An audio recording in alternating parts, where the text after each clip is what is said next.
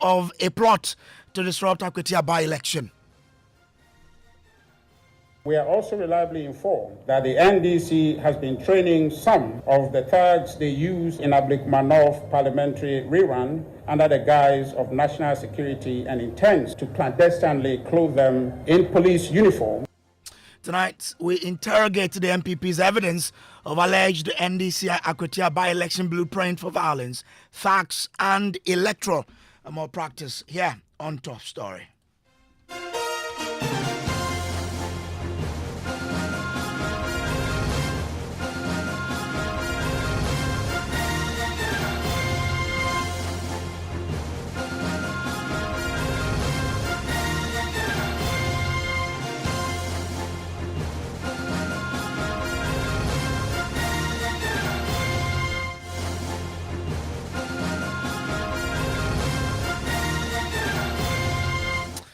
The opposition NPP's communications director Richard Anyagba has raised concerns about the security situation in Akwatia, accusing the governing NDC of trading thugs disguised as national security operatives to disrupt the upcoming by-election in that constituency.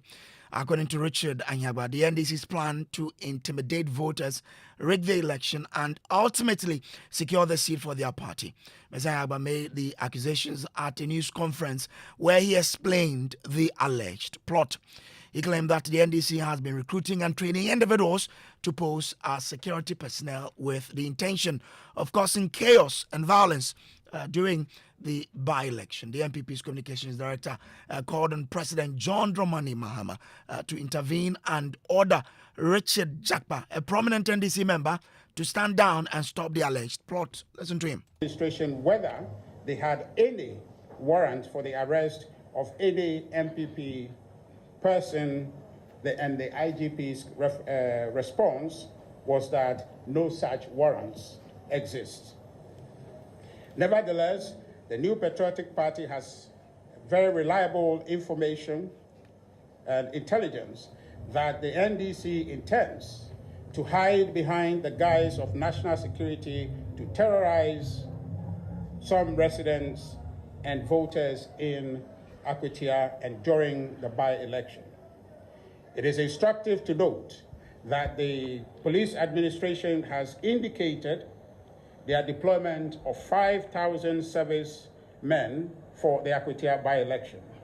Despite the IGP's unequivocal assurance that the Ghana Police Service does not need any military support to maintain law and order, the infamous Richard Jakpa, my namesake, who has been appointed as the Director of Operation at the National Security, has been seen preambulating the Akwatia constituency with soldiers and reportedly threatening some indigents and residents to leave town before the by-election in their own interest.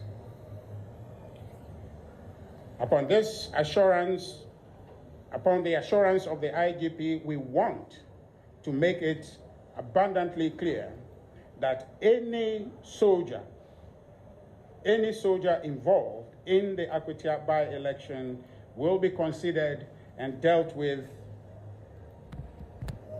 as a thug, or in a manner as a thug. We therefore call on the President, who is the Commander-in-Chief of the Ghana Armed Forces, and in whose responsibility, on whose shoulder the responsibility of the security of the state rests, to call Richard Jakpa to order and ensure that no soldier meddles in the Akwatia by-election. We are also reliably informed that the NDC has been training some of the thugs they used or deployed in Ablikmanov parliamentary rerun under the guise of national security and intends to clandestinely clothe them in police uniform to deploy them during the by-election. The NDC and the Ghana Police Service must know that as a party that has just exited government in less than a year, we have our eyes and ears on the ground and on them knowing what the NDC is noted for.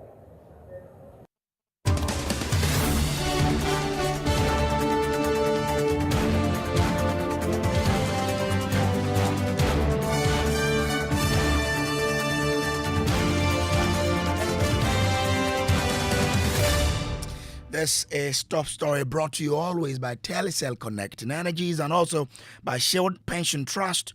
Into the future with you. Let's bring in Kenneth, Gyasi, my colleague here, join you, who cover this particular news conference. Kenneth, grateful to you for joining. Now, at this news conference, was there any evidence adduced to these allegations that the communication director of the MPP put forth?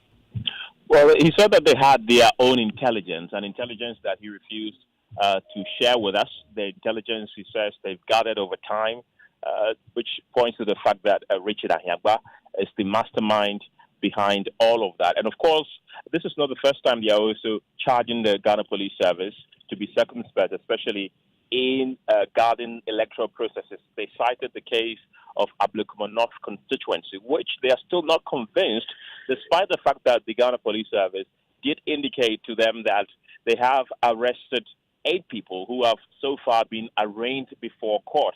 They say, 1, that has been slow to come, and 2, the persons who perpetrated those violence are more than 8, so they do not understand why the Ghana Police Service has managed to just arrest 8 people. And of course, they're calling on President John Dramani Mahama, who is the Commander-in-Chief of the Armed Forces, to call them to order, because according to Richard Ahiagba, the police gave them the assurance that no military personnel will be deployed there. Was there any voice played to support the claim that residents are being accused to leave are being forced to leave their communities? Well, he provided no claim, no justification. As I mentioned earlier, he's saying that their intelligence, intelligence that he did mention, he didn't provide any clear-cut evidence to support the claim, but he says that is this is an information they are gathering from their intelligence without supporting it with any visuals or any audio whatsoever. Okay. Grateful to you, Kenneth Gyasi there. He's my colleague here at Joe News. Let me now bring in Richard Ahiagba himself, Director of Communications of the MPP, joining us on the line. Also, Mustafa Gbande is Deputy General Secretary of the governing NDC.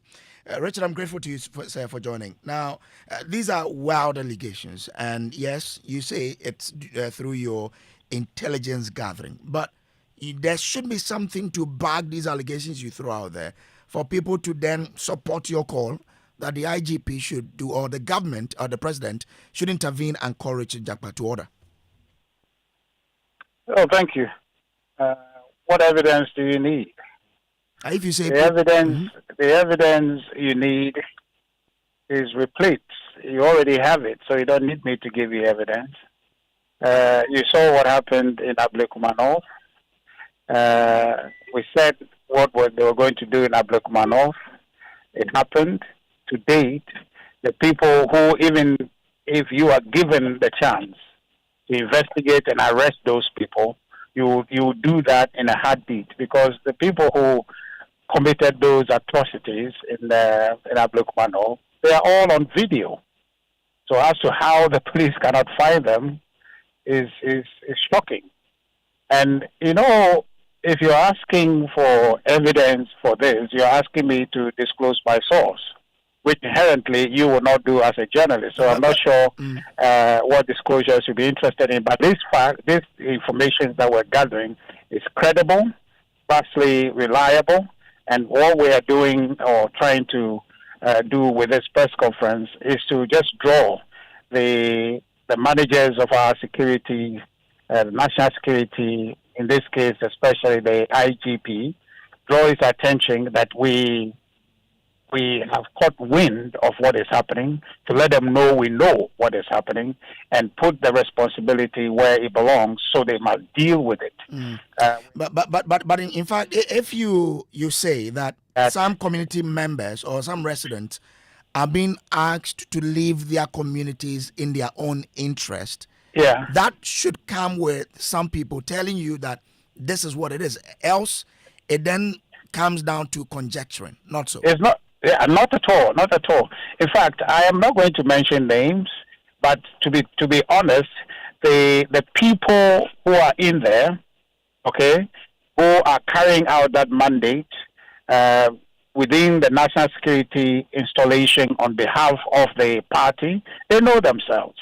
My brother Mustafa Bande, who is going to be speaking very shortly, is going to say it's never true, it's never happened, there's nothing like that. But that's exactly what they are doing. We know that. But except that I won't just mention people's name to you, but I have names, people they have prevailed upon, particularly to get out of town because their presence is affecting their work, accusing them of one thing or the other, only to intimidate them to leave town. We know what they are doing. Look, what the NDC is doing, in fact, they're going to have a big egg on their face on the 2nd, but they are determined to win this election, and that determination itself is going to be their biggest loss. What they are trying to do is to demonstrate to the country that, they are still popular, that after their victory on December 7th, they are popular. Ultimately, because since they came, the things they promised, it's not happening. The young people who push them and carry them to power are despondent in just 8 months. So they are trying to use this election to rekindle, whatever goodwill they had and have completely lost. So this election, they are giving it everything, including this security tactics to try and intimidate people. We know about all the trainings that are going on, all the attempt to fuse their thugs into the security services. We know about that. And so the truth is that the security leadership understands, and our plea to the IGP is that he must do the needful. He's given so much assurances. We want him to deliver. Ablekumanov was his Waterloo. We hope that Akwatia will not add to it. If he adds to it, then he would have lost all credibility. To us, the 8 people he says he has arrested is a skirmish as far as we know. Okay, but Richard, you mentioned that you know that the NDC is training some thugs. Why are these thugs being trained? People who just were expressing themselves on social media, they found them late at night, knocked in their door, arrested them. What's happened with people who have gone to abuse people? They can't find. Okay. But they can find regular people who are just being citizens and participating at democratic discourse. Richard, can you hear me?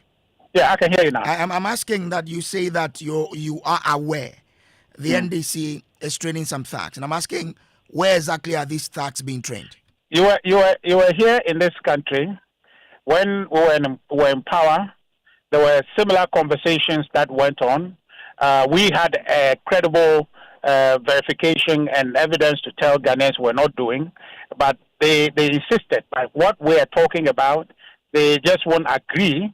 They just will not accept it. But we have credible intelligence within their own setup that is confirming to us that these trainings are going on, and we're just warning or cautioning, I should say, the IGP that the 5,000 men that he promised to deploy to Akwatia, those 5,000 men must be serving police officers. Okay. And they must all be wearing their name tags and their service numbers we will verify, because the understanding is that they want to fuse their tags. And I'll tell you what is happening in Akwatia now. When you go there, you will see what you saw in Ablekumanov with NDC thugs or a group of thugs walking about, macho men walking about. They have fused them into the community. They are walking in singles, but they have aligned them with people in the community. So you won't see any visibility of them, but they are in town. They are in town operating. And these are the people that on the day will be dressed up as police, most likely to be going about intimidating our people and suppressing turnout. And so we are clear in our minds that the NDC must allow the the Electoral Commission to do its job.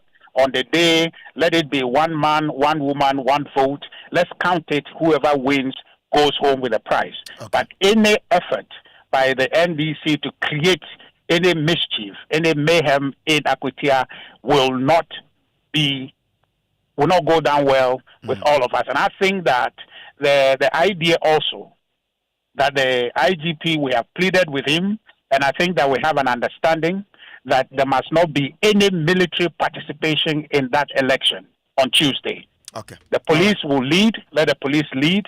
We are working with the police to ensure that their men are trained and they are there to protect electorates and let everybody come and vote in peace. And that's really what we want. And I think that when that happens, the winner will go home with a prize, and I think that winner will be the new Patriotic Party. So these thugs are not being trained, but rather they've been infused into the team that will be providing security.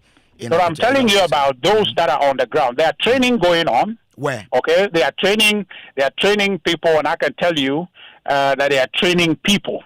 Okay, where are these trainings happening? At the usual training venues that you know. Okay, they are training people. I don't know any. Can you tell us where? No, Elton, you can't tell me that. But I'm saying that they are training people, okay?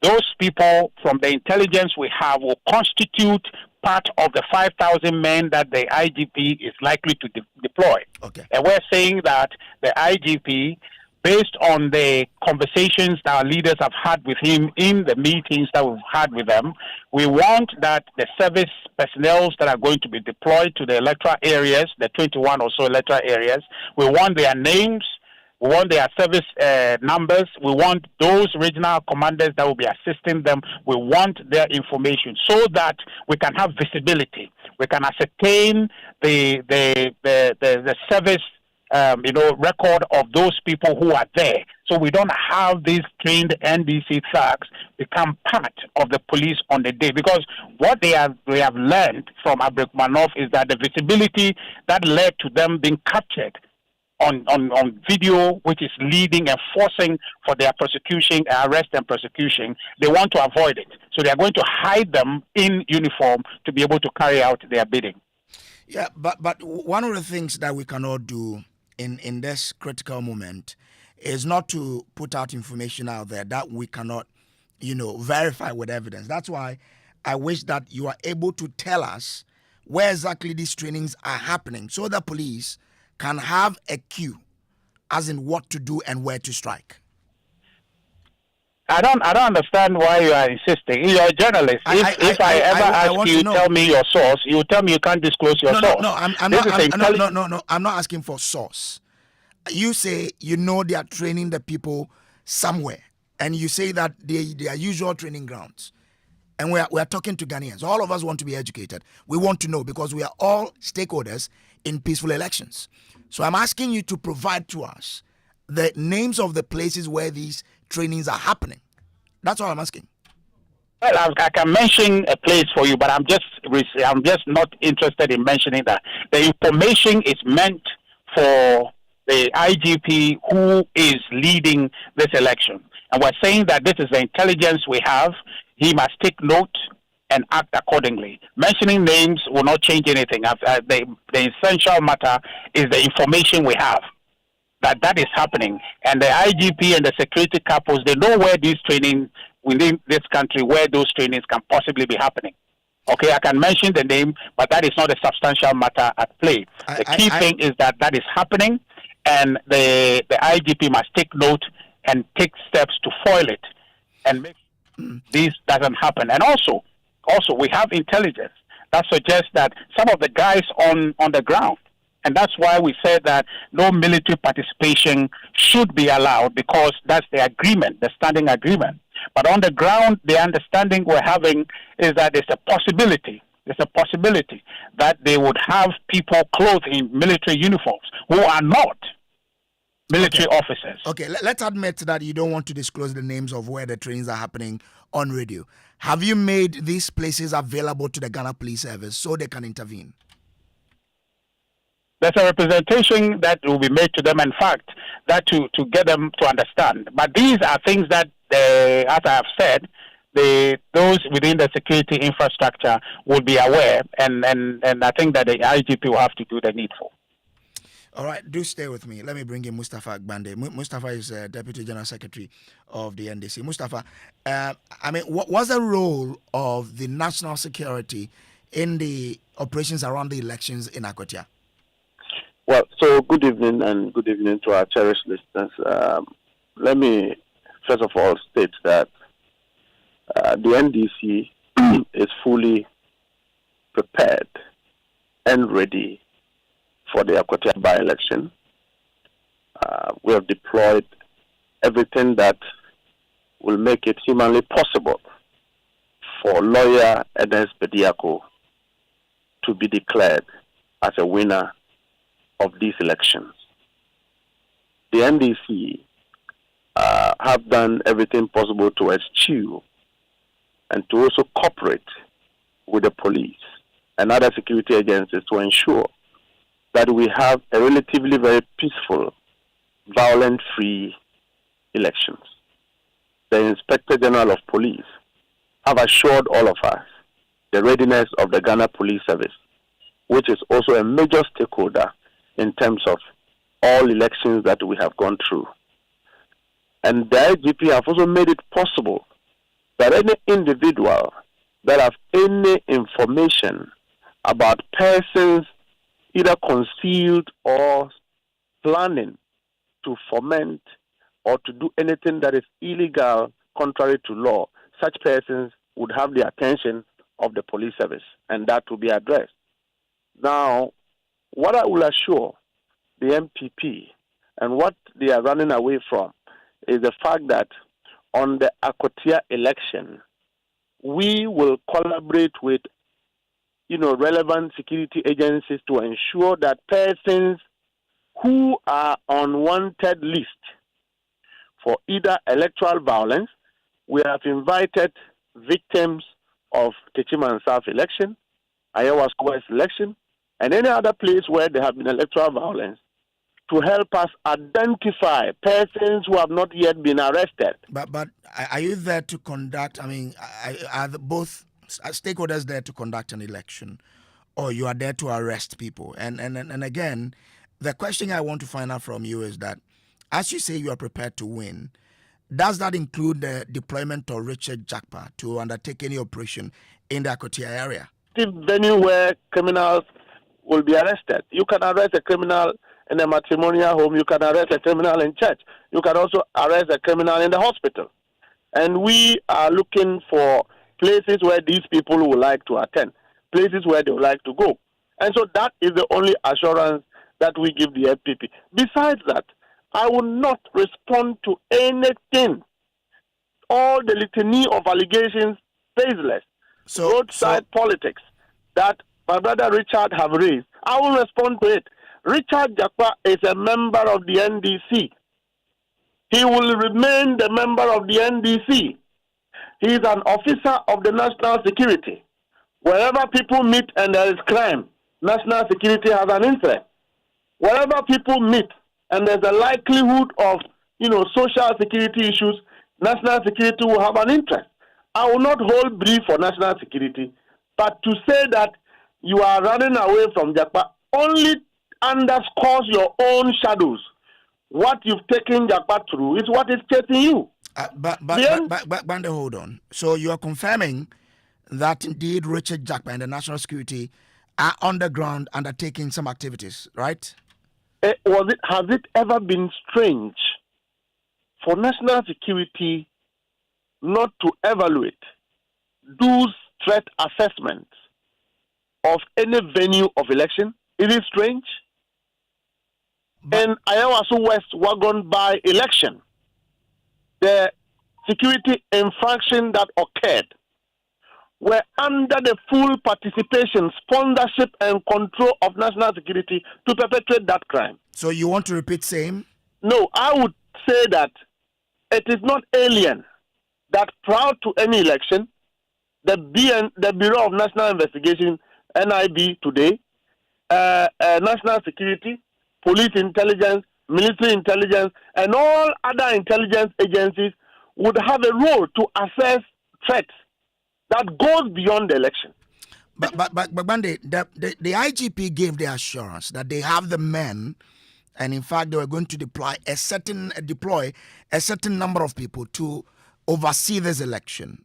They didn't mention that they were going to use other security agencies. So, in whose partnership is the national security there to access the security situation of the constituency. Yes, I am in Akwatia, and the police are fully in charge of this election. We in the NDC are responsible for this election. Richard is just telling you that people are being trained elsewhere. But for every intelligence assessment, the law is that go and hint the intelligence agencies or the police to arrest these persons. If you know that their intention is what offends the law, what is preventing the MPP from going to report to the police? When you had the state, when you had the military, when you had the security institutions, we defeated you to your game. What then do we need? Hold on. It's not about defeating someone. The issue is that they are raising issues. That Richard Jakpa is in the constituency telling people to leave for their own sake. And you are confirming that, in fact, he is there to undertake pre-election security monitoring of the constituency. And I'm asking, under whose sanction is this happening? I'm asking you that the person who is alleging on public radio that national security, Jakpa is there threatening people, have not given you a single evidence. You don't also have persons from the community telling you that Jakpa has threatened anybody.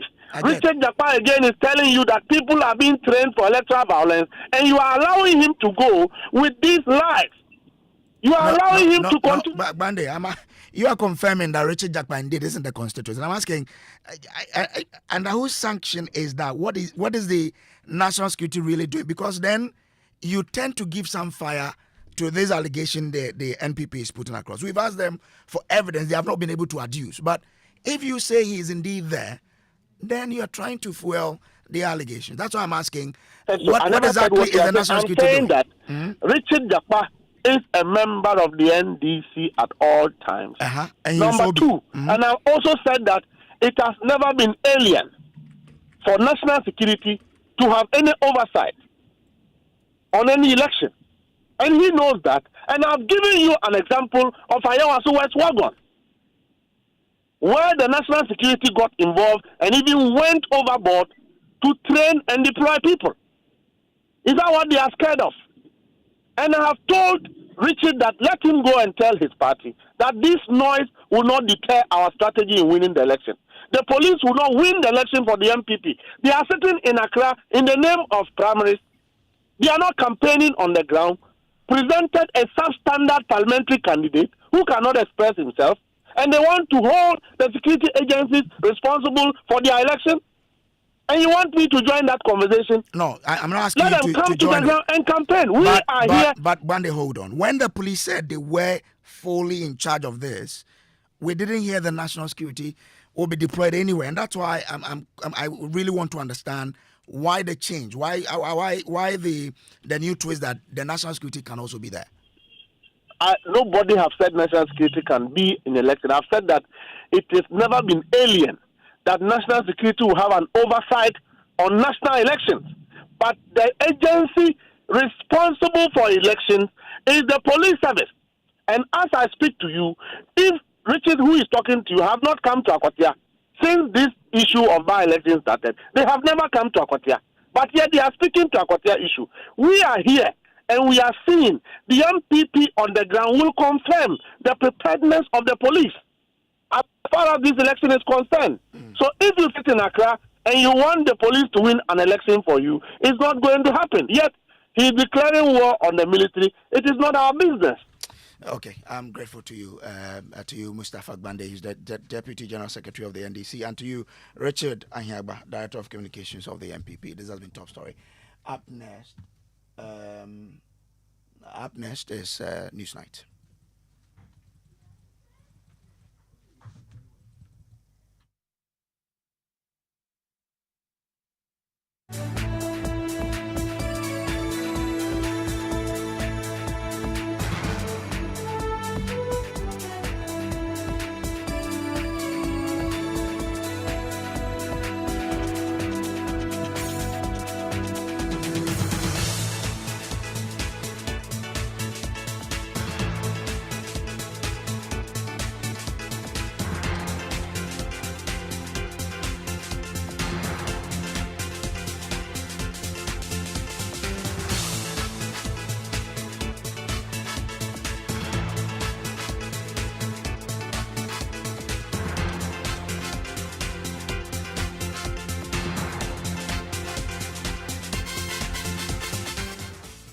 30 years of joyfulness. Hello, good evening, and welcome to News Night. Well, the bulletin is live on Joy 99.7 FM in Accra, Love 99.5 FM in Kumasi, and on over 30 affiliates across the country. Tonight, Bank of Ghana new forex rules aimed at strengthening anti-money laundering spark business and industry backlash with concerns over impact on the economy. It is only proper and important that all steps and efforts are taken to make it very simple and easy for us. So most of these regulations can be nuisance sometimes and can be frustrating. We'll speak to the business community about their concerns. Also, a recent probe into the alleged assault of a nurse at Ridge Hospital has found that the victim did not suffer any fractures or shoulder dislocations. Contrary to initial report, we have some details of the report submitted to the minister today. Also coming up, local economy in Solar Tuna Kalba collapses following bloody land dispute that has left 9 dead and many others injured as government moves in to impose a curfew on the township and its environs. Details soon. In business, Bank of Ghana asked to crack the whip on institutions flouting the foreign exchange rules by quoting prices in dollars and not just issue directives. We'll hear from finance lecturer Dr. Benjamin Amoa. And in sports, Ghana Football Association explains Fatah Isahaku's absence from Ghana's squad for September World Cup qualifiers. And a bit later, prominent MPP flag bearer Kenneth Japan is rallying party delegates and members with a compelling message that he is the only candidate who can lead the MPP to victory in 2028 after submitting his nomination forms at the party's headquarters. I always say that any human being without a job has no life. Do you want life? Do you want life? Then vote for Kenneth Japan for life. We've got the latest of these and many other stories coming up in the next 60 minutes. My name is Kenneth. Gyasi. My name is Ofori. You can join the conversation on our WhatsApp platform. It's 055 11 11 997. We'll be back with details after this. Small money day, big money day, way too much money day. Telecel Too Much Money promo drop. If you dial star 500 hash, then join them. For the Telecel Too Much Money promo inside, you will win 100 Ghana cedis cash for the daily draws, 20,000 Ghana cedis for the weekly draws, then 1.2 million Ghana cedis for the grand draw inside. That be 1.2 million Ghana cedis. You for just reload airtime, then get points with it make you win. Make you dial star 500 hash or go the Telecel Play app top. Then book inside riders give the Telecel Too Much Money promo. Terms and conditions apply. Telecel, connecting energies. This promo will be NLA way they regulate them for the Caritas Lottery platform top. Couldn't sleep at night. Mosquitoes will be whining my ears, bugging me all night long. Till I got a remedy. Now I'll be spraying them away with holy insecticide spray. I go spray them away with holy insecticide spray. When I sleep, me dana mada with holy insecticide spray. Holy mosquito coil, holy multi-purpose insecticide spray. Dana kron kron. For bulk purchase, call 0302 681582. This advert is FDA approved. No. You look so relaxed and cheerful these days. What's your secret? No secret, Kofi. I just sorted out my retirement with Shield Pension Trust. You should talk to them. Retirement? A small time before pension. Sure. The earlier you start, the better. And Shield Pension Trust makes this so easy for you. They've got amazing plans to choose from. I even signed up for the Shield Cedi Crow a day personal pension scheme, which lets you save as little as 1 Ghana Cedi a day towards your retirement. Isn't that great? 1 cedi a day. Exactly. And the best part is, I sign up automatically on the Dachia Promoting Plan, which guarantees me medical insurance when I go on retirement. Hey, you've convinced me. I need to sign up now. Kofi is making a move to secure his future and health insurance when he goes on retirement. What about you? Go to Shield Pension Trust or call us now on 050-915-0253 and we'll guide you through securing your pension tomorrow. Shield Pension Trust, into the future with you.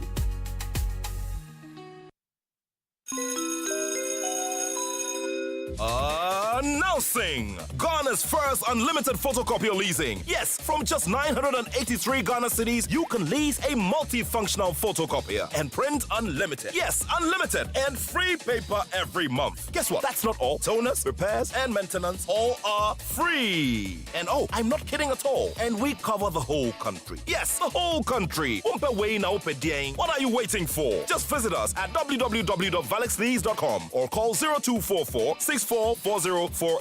I repeat, or call 0244 644048. Remember, terms and conditions apply. Valex Lease, affordable document management solutions. You're welcome back. Tonight, the Bank of Ghana's latest move to tighten foreign exchange regulations has sparked controversy, with some members of the Association of Ghana Industries crying foul over what they perceive as excessive oversight. The central bank's new guidelines require travelers to declare foreign currency exceeding $10,000 upon entry or exit, aiming to bolster the country's anti-money laundering framework. Failure to comply with the requirement, the bank warns will attract sanctions, including fines and possible prosecution in line with the Anti-Money Laundering Act. Elton Brobe has more.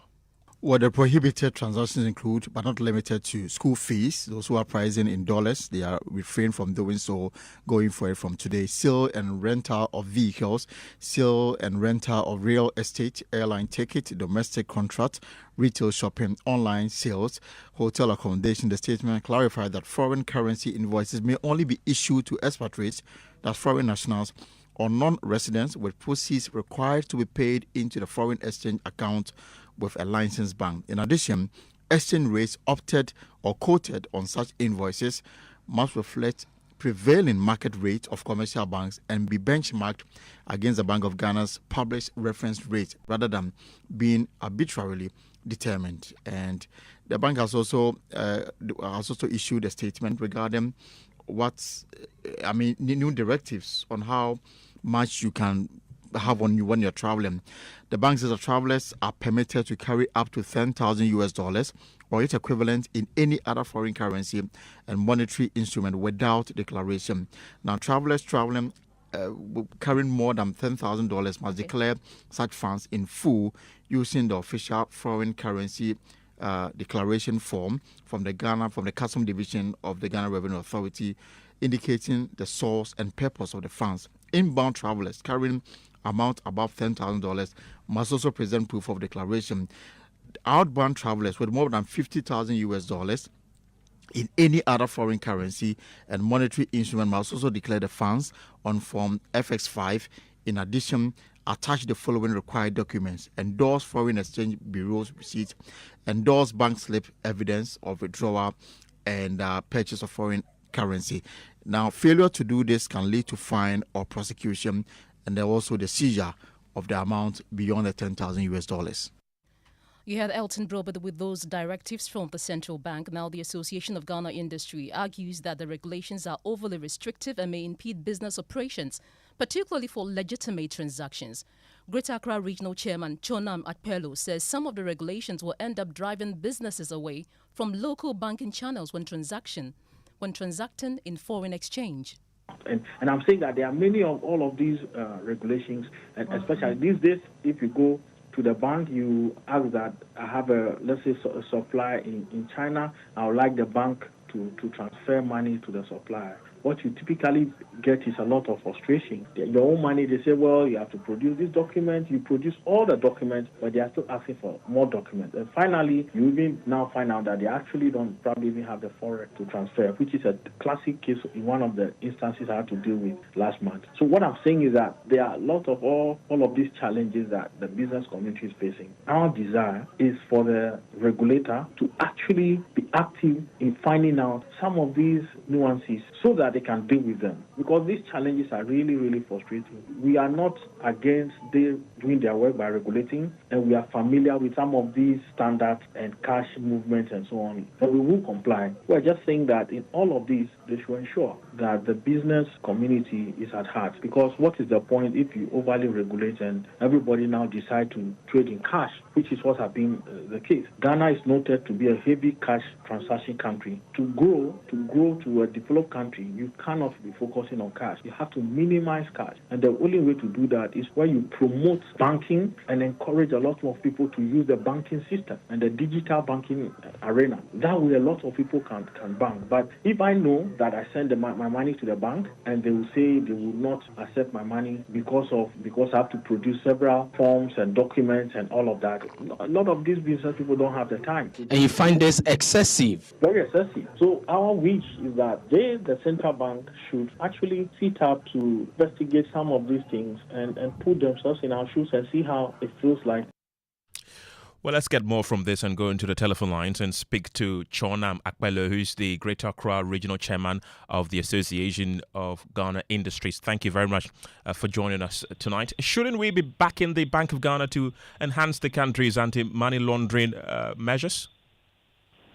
Yes, good evening to cherished listeners.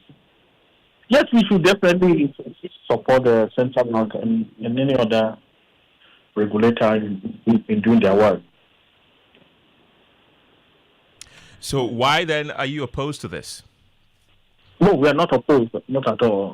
On the contrary, we are fully supportive of all measures to protect the sanctity of our forex market and so on. Our view is very simple, that we want central bank to allow for a free flow of transactions. We want to be sure that the regulator is rather facilitating business for legitimate companies that are doing business in Ghana. The frustrations that most of our business have to deal with on a daily basis, trying to move money to legitimate suppliers outside the country, trying to deal with forex and so on. It's a situation of they realize that we are facing it and then they deal with it. The situation where it's almost as though every now and then there are new regulations, new set of regulations and so on. It's becoming unbecoming. Our wish is that while we support their efforts to streamline the banking system, they really have to take steps to ensure that they are making life very simple for us. You try now, go to the bank, a business bank, and then deposit your own forex in your forex account. You ask you for several documents, source of money, and all of that. But the truth is that you are in a very heavy cash economy. And so what we are trying to do is to encourage a lot more people to go to the bank and put their money in the bank. There has to be a deliberate policy to promote that. But you cannot have policies that rather frustrate people bringing their money to the bank. And also the fact that they are trying to minimize forex transactions in Ghana is welcome. It's a welcome idea. However, about 70% of all the things we use in the country are imported. And if you are importing raw materials to use in your factory, you need a forex to be able to buy these raw materials. And you certainly need a regulatory environment that allows for a free flow of forex, at least for legitimate people, so that it's easier for them to produce. You see, so really these are some of our concerns that we hope that the central bank will take on as we embark on their regulatory journey. These are genuine concerns, as you've mentioned. But what if the central bank does not consider any of these concerns? What then happens? Is it going to hurt your business? Certainly, yes. Look, last month, one of my colleagues who had to pay a supply in Korea about $300,000 US, he told me it's taking him about 2 months to just do that. By the time it was ready, the supply has increased the price of the raw material we are going to import. All because of banking frustration, one rule or the other. Do this paper, do this, all of that. You know, you really don't want to frustrate your business people in the name of frustration, in the name of regulation.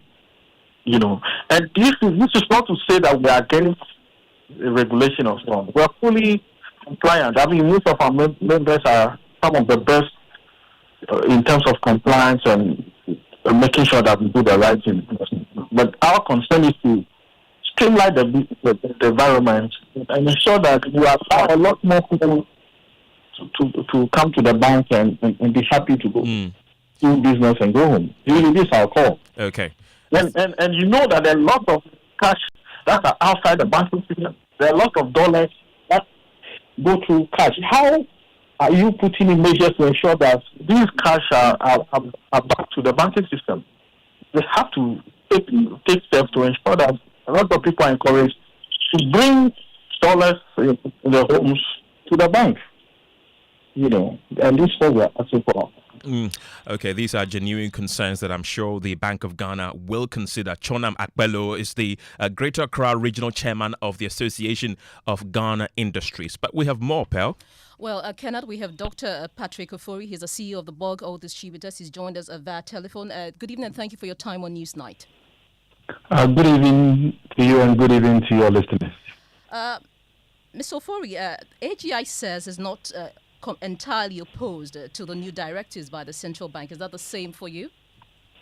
We also don't oppose it, but we said that if these policies or the regulatory measures are going to be enforced to the latter to ensure that there is forest availability for our imports and for us to conduct business in a genuine and in a friendly and a strict regulatory environment that doesn't create a situation whereby there are lapses for others to exploit it. Now, going to their press release, it is direct, and not only that, we also appreciate their engagement that they've done with us over the past month. So we've come through a process, and we're hoping that these measures will ensure that we have a stable currency, and most importantly, forest availability for legitimate businesses like ours. From what you said, do you foresee supply chain disruptions or price hikes as a result of these new regulations? Not at all. You look at the measures that is putting in place. So assuming I'm an entity, and now I know that I'm booking a hotel for my conference or any activity, and their prices is cities. I will just pay the cities. And then also the part that they stipulate at Bank of Ghana's approved rate, so that I will not receive an invoice for a school fees, and then the school is demanding an exchange rate of 13, when Bank of Ghana rate is 10.5 or 10.35. I also don't expect that I'm going to pay my regulatory charges with any of the state entities. And then a state entity is charging me an exchange rate that is not applicable or friendly to us. Where Bank of Ghana is quoting less 11, and another state entity wants you to pay a rate that is about 2 or so series more than the Bank of Ghana rate. So I think time. Well, Pearl, let's talk about health tonight because a committee set up by the Minister of Health to investigate the assault on Rejoice Chocho Bote, a nurse at the Ridge Hospital, has found no medical evidence to support claims of a shoulder dislocation. Well, the committee, led by Dr. Lawrence Ofori Buadu, presented its report to the Health Minister, Kwabena Minta Kando, on August 27th, 2025. Well, the committee's investigation revealed no signs of a fracture on Bote's left wrist or a dislocation on her right shoulder joint, contradicting initial claims. The alleged victim reported her injuries a day after the assault on August 18, which may have implications for the investigation. Joy News has intercepted excerpts of the report, and my colleague James Aveji joins me with more on this. James, what more does the report say? Well, Pearl, so from the document we have seen so far, as you earlier mentioned, the 6-member committee was chaired by Dr. Lawrence Ofori Buadu, and these 6 members were pulled from both the Ghana Health Service as well as the Ministry of Health to look at this incident. And they had 4 key terms of reference. One is to unravel the circumstances that led to the alleged delay in providing health care to the patient brought under emergency. 2, the event and factors that escalated into an alleged assault on a health professional, and then the state of security at the hospital at the time of the incident, and the number of nurses and doctors who were on duty at the time of the incident. The committee was expected to submit this report on 27, which they have done. And if you look at how this report was generated, in fact, it's indicated that between 20th and 21st of August, the committee members engaged at least 10 persons at the Ridge Hospital, including doctors, nurses, and other people related to this. And now, these are some of the findings into the issue, that there was no delay in attending to the patient with suspected head injury, who was the reason behind the agitation by Mr. Ralph Williams and the motor riders that he had been abandoned. However, it was found that all the diagnostics imaging equipment, X-ray, CT scan, MRI at the emergency department were faulty and non-functioning. Thus, all images requested at the emergency department ought to be done outside of the Greater Accra Regional Hospital, and this has been a contributing factor to delay in disposition from or initiation of definite care.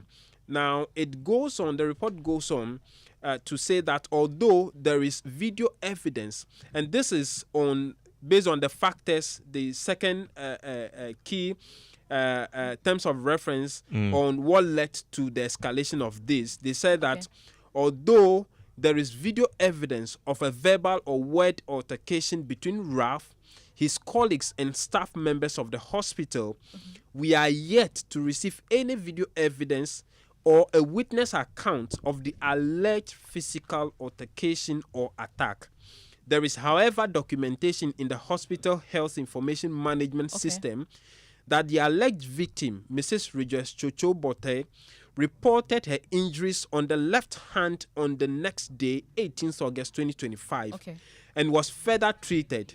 There was no evidence of fracture to her left wrist or dislocation to her right shoulder joint, as documented in her medical records. She was treated with pain relief, bed rest recommended to her as well. Now, the committee finds that the security at the emergency department was grossly inadequate at the time of the incident. The hospital security of one private security personnel per 12-hour shift at the emergency department is inadequate considering the volume of human traffic at the Greater Accra Regional Hospital emergency. Then it went on to do some findings / recommendations as far as this is concerned.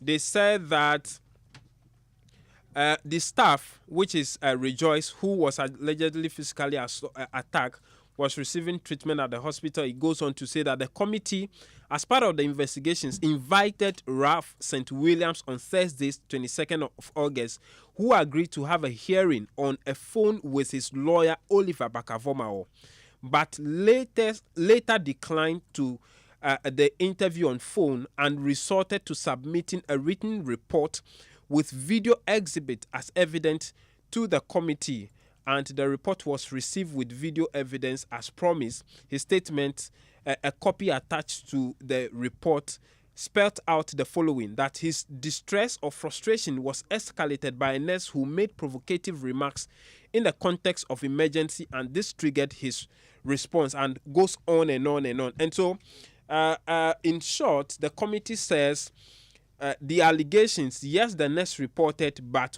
their finding indicated that there was no fracture to the wrist or dislocation to the arm, as has been alleged earlier. Okay, James Abaji, thank you very much for that statement. That's quite an interesting development there. Let's go on to the telephone lines and speak to the Deputy Director and Spokesperson at the Ministry of Health, Tony Goodman. Thank you, Mr. Goodman. How do you respond to this? Let me pick your initial reaction to this. Fulfilling, unless it brings matters to a halt and also provides a clarity on what happened last Sunday.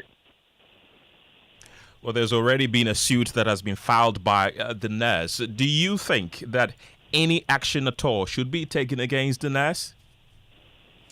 No, for us in the ministry, we believe this should help strengthen us and improve upon service. That is the minister's focus. We don't intend pursuing this further, but just to halt some of those things from happening in the hospital. The legal aspect, we are all entitled to it. We can pursue legal means or any other means. So that is for us. So there clearly were systemic, inadequacies at the hospital, security fractures and all that. Have they been addressed since this issue happened? We have actually improved upon what we call security there since this happened. We've asked the medical director to increase the number of security personnel they put there. We've actually spoken with the regional commander. They've provided regional patrol team, and then MAMOB patrol team who normally come periodically to check what is happening there. The other police posts around the entrance, they've also increased the personnel. They normally walk to that area. So when it comes to security, something has been done. Yes, and Mr. Goodman, that Ridge Hospital is not a peculiar case. It's not an exclusive case. These cases happen across the country. There was also the issue about shortage of staff as well. Have they also been addressed? We actually recommended to the Honorable Minister to actually replicate whatever the recommendation for Ridge is across the country. So obviously this is going to inform policy direction.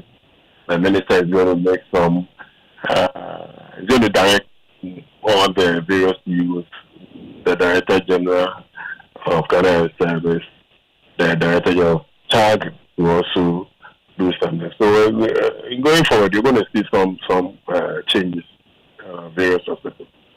But have you started seeing those changes, or you've been told that they are in the pipeline? No, we have not started.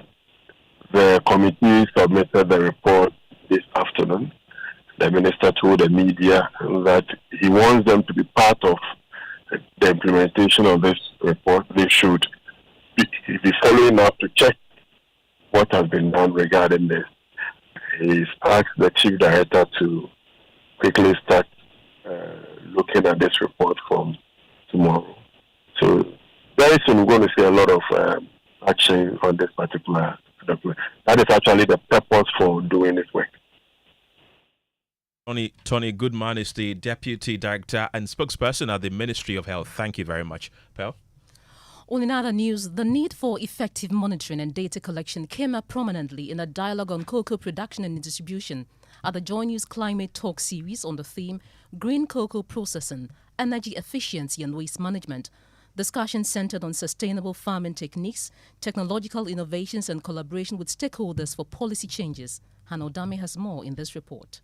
According to the acting director of the Ghana National Cleanup Production Center, Letitia Abrakom Nyaba, the lack of data in the field affects effective monitoring, thereby preventing the cocoa farmers from getting the needed assistance they require to boost production. Some of the problems I have encountered is the availability of data for you to make any decision on being efficient in your resource use. Now, even when the data is there, undertakings are not prepared to part with the data for you to do the analysis that will provide them with the support and the solutions they so much need. So if you provide wrong data, it means that you are going to get a wrong solution. Managing Director of chocolate producer Fair Freak, Michael Malmonhelm, however, explained how his company has been able to shift from carbon emissions in their productions in excess of 200,000 kilograms. He urged other producers to consider adopting the measures they employed. Even in 2025, year to date, the total amount of solar energy our panels have generated, even considering this state of weather, has been more than about 187,000 kilowatts. Now, this augments more than 30% to 45% of what we would regularly have had from the grid. Now, if you compare it to how much carbon emission we have saved, this is in excess of 200,000 kilograms of carbon dioxide that we have saved the environment.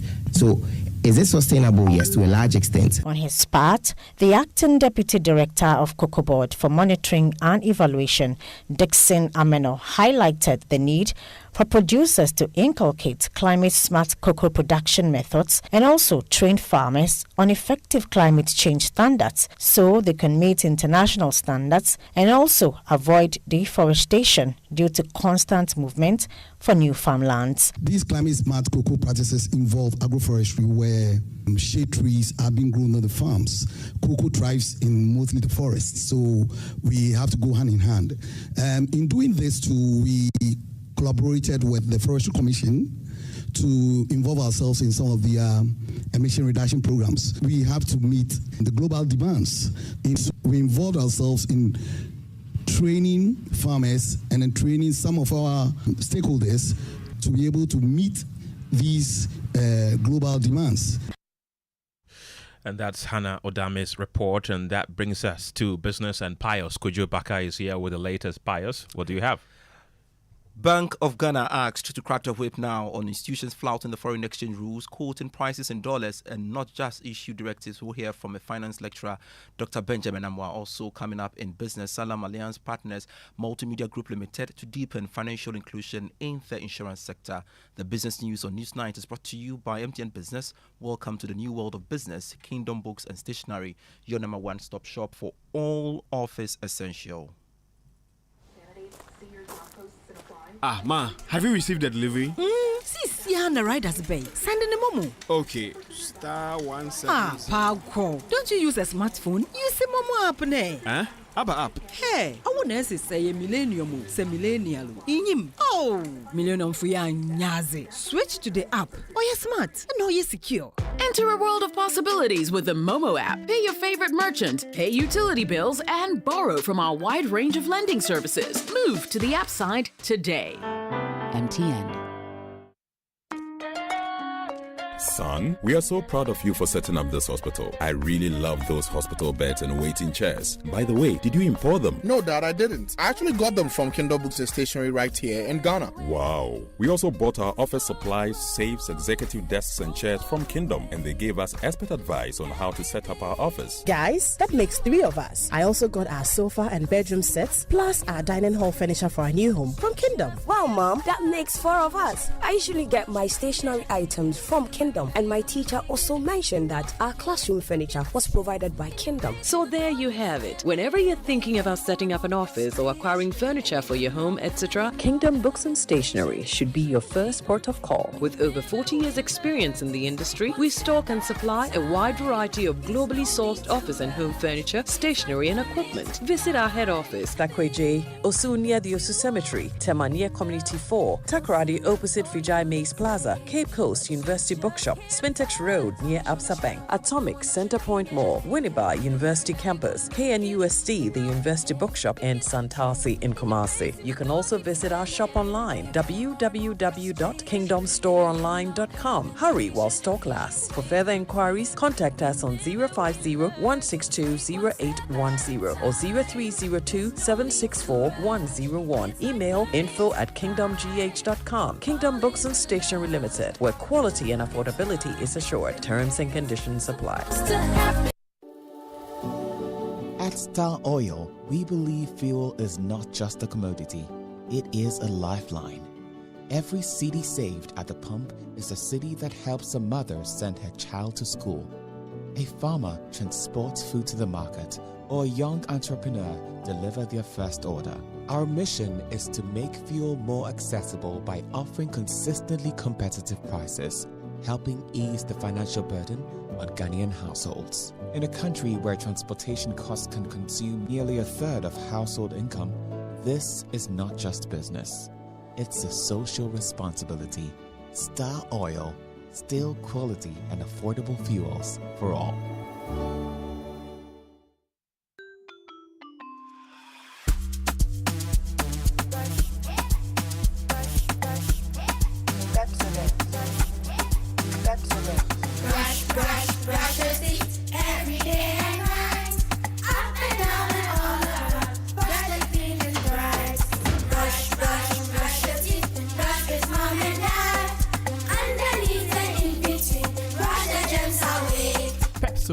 Cavity protection.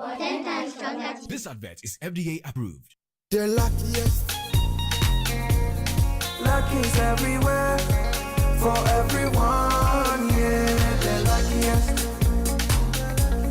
Luck is everywhere for everyone. Yeah. Money we define every day and night. Mama, dada keep on hustling for the family. The luckiest. Star 712 hash. You can win some cash. You can be the luckiest with 1 CD, luckiest with 5,000. The luckiest, the teacher got the market woman. You can be the luckiest.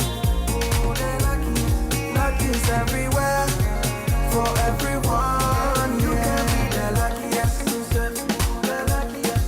Luck is everywhere for everyone. Star 712 hash. Luck is everywhere. Luck is everywhere. Oh, tell me, are you feeling lucky? Because I'm feeling lucky. Because I'm feeling like the ultimate. That's how we go win. If I win, you win. You could be the luckiest. Hey, do you know sir? And you stay soft concentrate fabric softener. I was such it move. Just send this say be you am na woche. Ni hu na tina woche. No bia baby some was some demoni ni na say. Do you know am say? Fair quiet yesim biara so siesie wontare. Use stay soft and ni hu na tina woche. Na ni boss so da from cra. A fabric softener. And ye near say sir. Choose to stay soft. Ne hu so say no. FDID edwadin kra to yatu.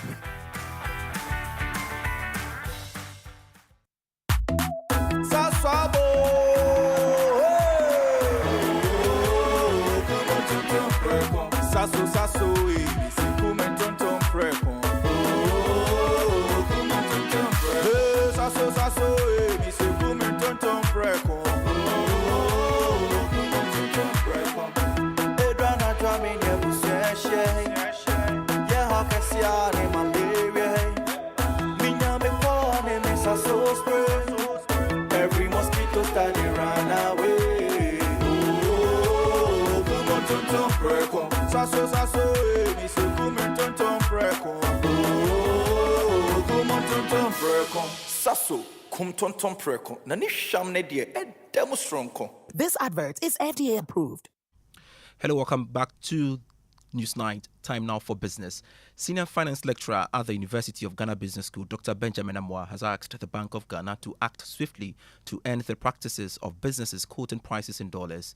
Even though he admits enforcing the Bank of Ghana directives on quoting in dollars will require a lot of work, Dr. Amwa said the central bank must be seen to be acting by certain examples.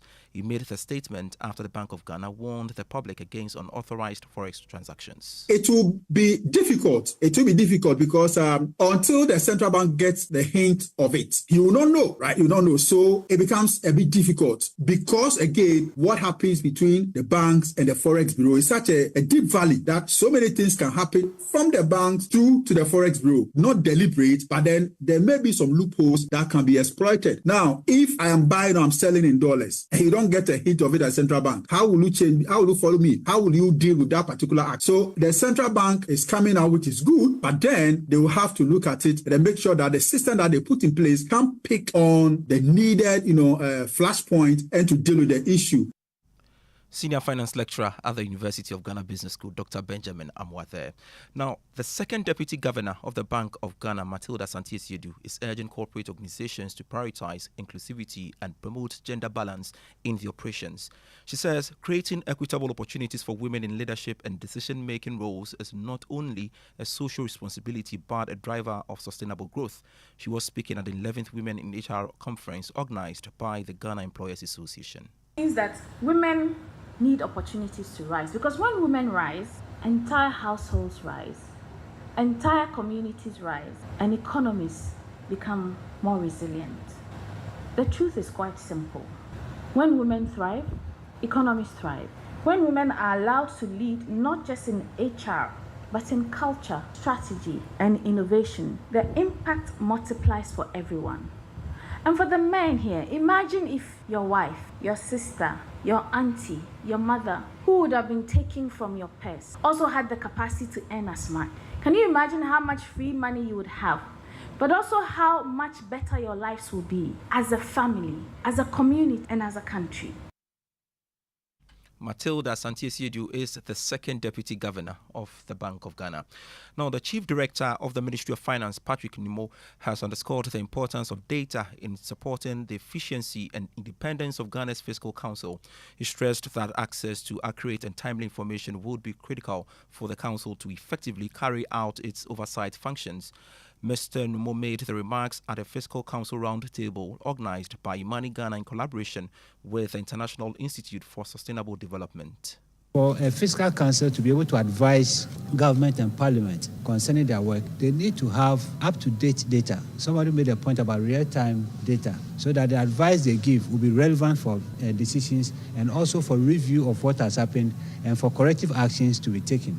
So data is very, very important. In our current age, AI is generating a lot of information. And if you don't generate own data, government's own data, then people will be compelled to go to other sources and get something and then bandage them around as if they are government sources. Patrick Nomo is the chief director at the Ministry of Finance. Now, as part of measures to deepen financial literacy in Ghana, Salam Alliance has partnered the Multimedia Group Limited to educate more people and advance insurance and financial literacy.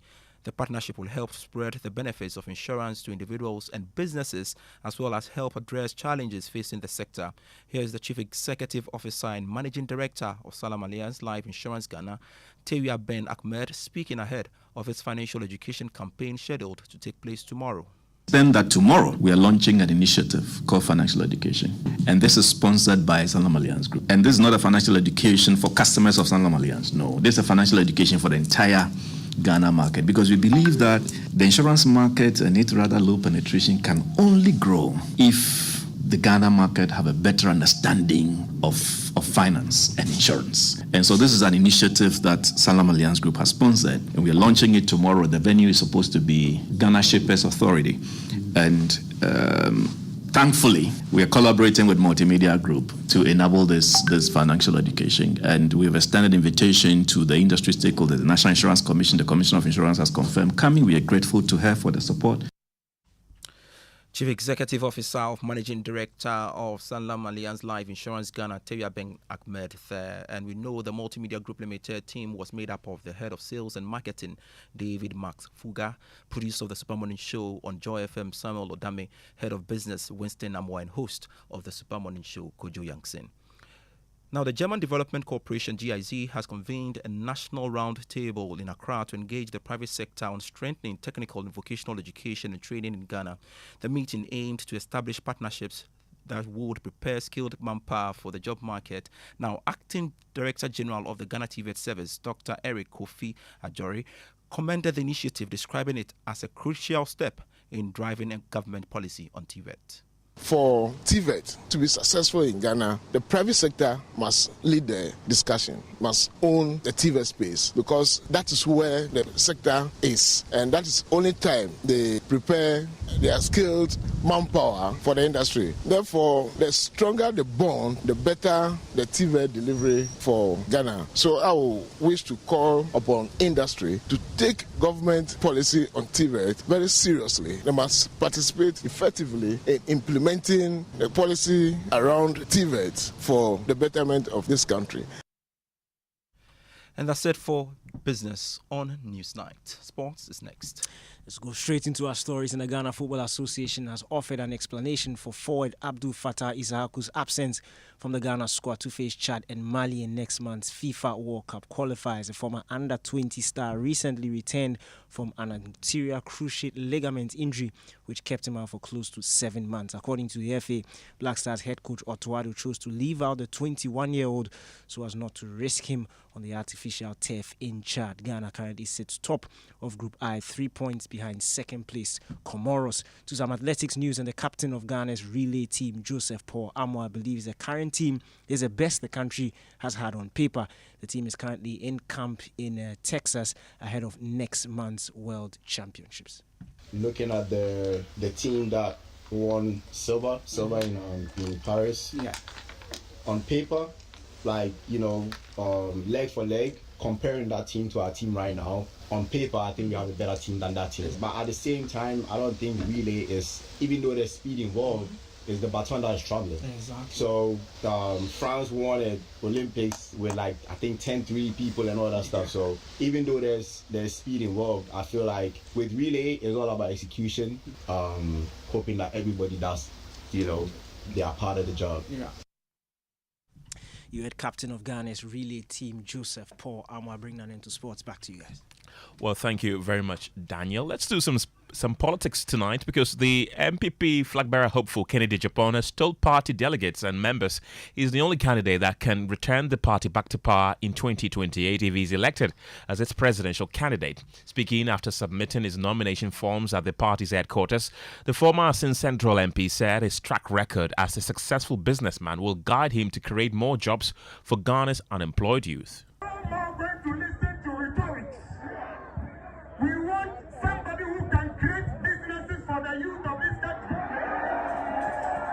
I always say that any human being without a job has no life. Do you want life? Do you want life? Then go for the Japan for life.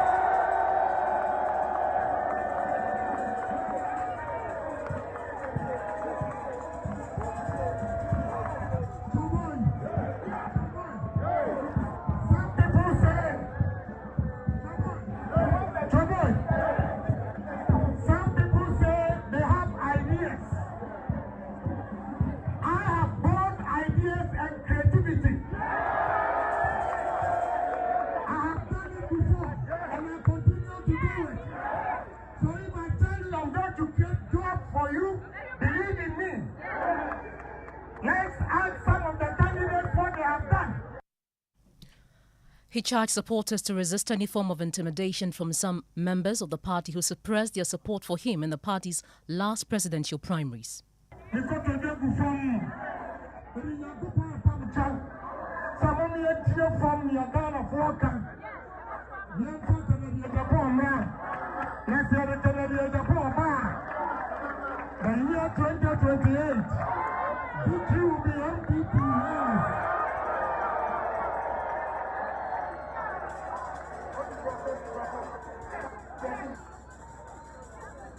All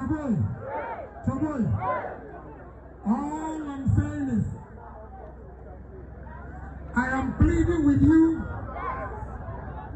to vote for Kenneth Japan. Because in the bus, top bus, truck from wherever you go, market, Ghanaians are crying for Kenneth Japan to lead this country.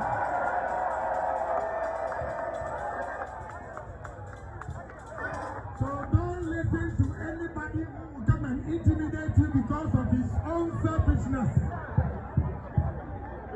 The party victory is paramount. And therefore we need to come together without intimidation and make sure we select a winnable candidate that can win 2028 election for the party.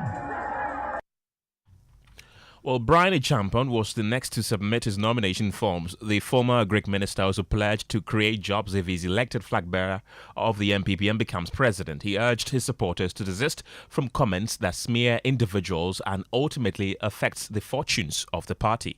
Thus, my supporters, north to south, east to west, must shy away from comments and commentary that smears individuals and ultimately affects the fortunes of our party. I come to unite, I come to build, I come to lead with conviction, and I come to win power for NPP. Let me take the opportunity to thank all those who have come here to support me. I am aware that some people have driven for 20 hours from Tumu to Wa and from Wa to Accra. I thank you. I thank those who came from the northeast and also those who came from the eastern region. I thank my team from Teshi and Kojo. I thank the team from Cape Coast. I thank everybody that came from all the 16 regions. I see the bus. I thank you all. I also want to thank the party and my church. The local economy in Sola Tuna Kalba has been severely impacted by a violent land dispute that has left 9 people dead and many others injured. The clashes have forced residents to flee their homes, and transport operators are lamenting lowest sales ever due to the unrest. In response to the situation, government has imposed a curfew on the Sola Tuna Kalba district and its environs, effective 6 p.m. to 6 a.m. until further notice. The directive also prohibits carrying firearms, ammunition, or any offensive weapons, with offenders facing arrest and prosecution. Additionally, the directive bans 2 or more persons from riding on motorbikes at any time and forbids the wearing of war regalia throughout the day. Let's get more on this and speak to Dr. Victor Ayim Dake, who is a security lecturer at Kofi Annan International Peacekeeping Training Center. Grateful for your time, Dr. Dake. Is it a step in the right direction for the imposition of this curfew on the Sola Tuna Kalba district, looking at the situation at the moment? We have unfortunately lost Dr. Victor Dake there, who is a security lecturer at the Kofi Annan International Peacekeeping Training Center. We want to get him to clarify some issues for us. But you're still listening to News 9 here on Joy 99.7 FM in Accra, also on Love 99.5 FM in Kumasi, on over 30 affiliates across the country. Share your thoughts with us on the conversations that we've been sharing with you so far. We've spoken about the two of the leading contenders of the New Patriotic Party flag bearer position, Brian Champon, Kwabena Kennedy Japan, submitting their nomination forms today. But let's go back to our earlier story on the position of curfew, a 6 to 6 curfew on Sola Tuna Kalba, and speak to security lecturer at the Kofi Annan International Peacekeeping Training Center, Dr. Victor Dake. Dr. Dake, thank you for your time. I want to believe I have you this time. Is it a right direction for the imposition of curfew at this particular moment, looking at the current situation? Yeah, thank you very much. I think curfews are one of the ways that the state can employ or use to curb clashes. It is under the direct prevention approaches. Now, in this case, to identify the main actors in the conflict and do a proper conflict analysis or stakeholder analysis. You need to stop the fighting. You need to separate the two sides. Curfews are one of the ways, but it's not the end itself. So after curfews, what else needs to be done? That is the most important thing. Most of the times we see or hear that curfews are one of the mediums. It is applied or implemented against imminent, immediate threats such as these. But the problem now is we have too many conflicts over resources, conflict over chieftaincy. It is getting too much. And it's like we are not having a roadmap in tackling all these conflicts. Because you can talk about the Akwatia South, where now there's a ban on festivals, the issue about the ethnic groups there fighting over territory and who would the rightful owner to perform the Yam Festival rights. It's all getting out of hand. So curfews are okay as at this point, but beyond the curfews, we need to engage. Right. So, as you've mentioned, beyond the curfew, we need to engage. So, what should the engagement be about? What should authorities do to ensure there is peace? Number one, they need to conduct a very thorough analysis of the conflict. We are talking about the history, the root causes of the conflict, the proximate causes, and then what even triggers, like what we had just a few hours. What triggered the latest clash? What exactly is it about? Is it about boundaries? It is about territories? Then you now have mediators or negotiators on the ground to engage the sides. Okay? They will have to propose solutions themselves that they agree for you, the mediator or negotiator, to just facilitate.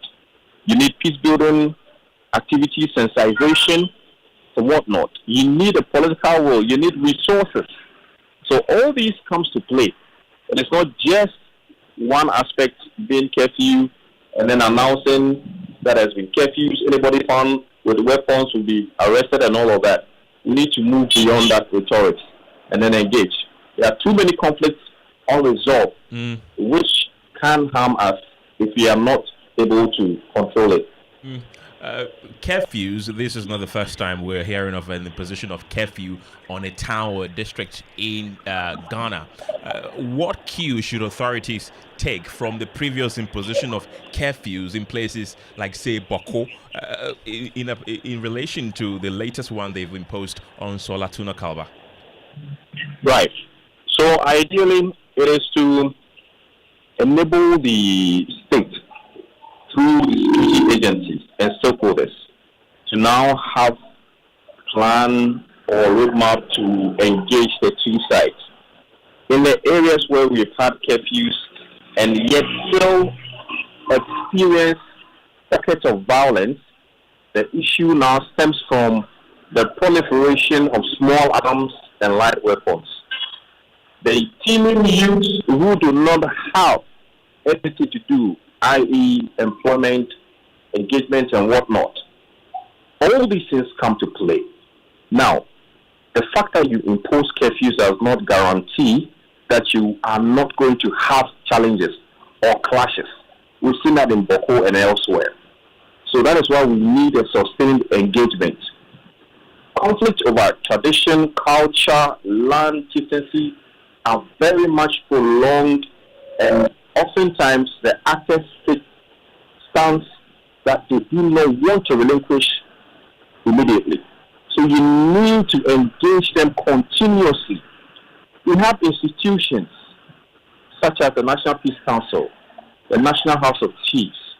How can we use these institutions like we've done before? Okay, the MPC was established with regards to conflict resolution. How are they going to be resourced now to go far out there to engage? Civil society organizations is also important. Have we identified any of them in those areas that we can use as peace-building facilitators? All of this will come to play. Now, you talk about the National House of Chiefs, the Regional House of Chiefs.